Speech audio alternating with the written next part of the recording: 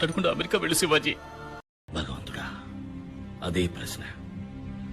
మనతో ఇట్టాగా మాట్లాడేది ఎవరు మనోళ్ళు?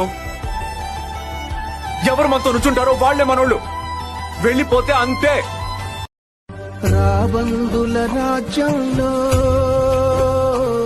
చుట్టూ అంత నాటకమైతే నటన రాకనే వెళ్ళిపో. 6 సంవత్సరాలు చదివి మరి ఉద్యోగం ఎవడి?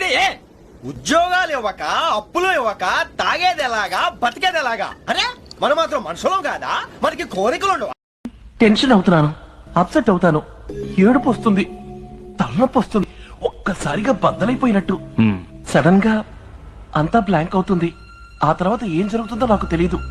కళ్ళు తెరిచి చూసేటప్పటికి ఎక్కడో ఉంటాను, వేరే డ్రెస్ లో, వేరే విధంగా. ఏందా తమాషా? టపాకాయలా? తాప కూడా చేస్తానే చూసినా ఒకటంటే ఏదో ఒకటి పోయి 2 అయిపోయాయి. అడ్రస్ చెప్పు నీది ఒకసారి. అడ్రస్ పెట్టు, నాకు పెట్టు అడ్రస్ పెట్టు, ఫాస్ట్ పెట్టు అడ్రస్. నువ్వు నాకు అడ్రస్ పెట్టు. నీకుంది నీకుంది నీకుంది అది కన్ఫర్మ్. నీకుంది. నీ అడ్రస్ ఎంతసేపు కాదు నాకు. నీ అడ్రస్ 10 నిమిషాలు నాకు. నీకుంది నీకుంది. నువ్వు ఎక్కడో నీ అడ్రస్ ఎక్కడో వస్తాను నేను.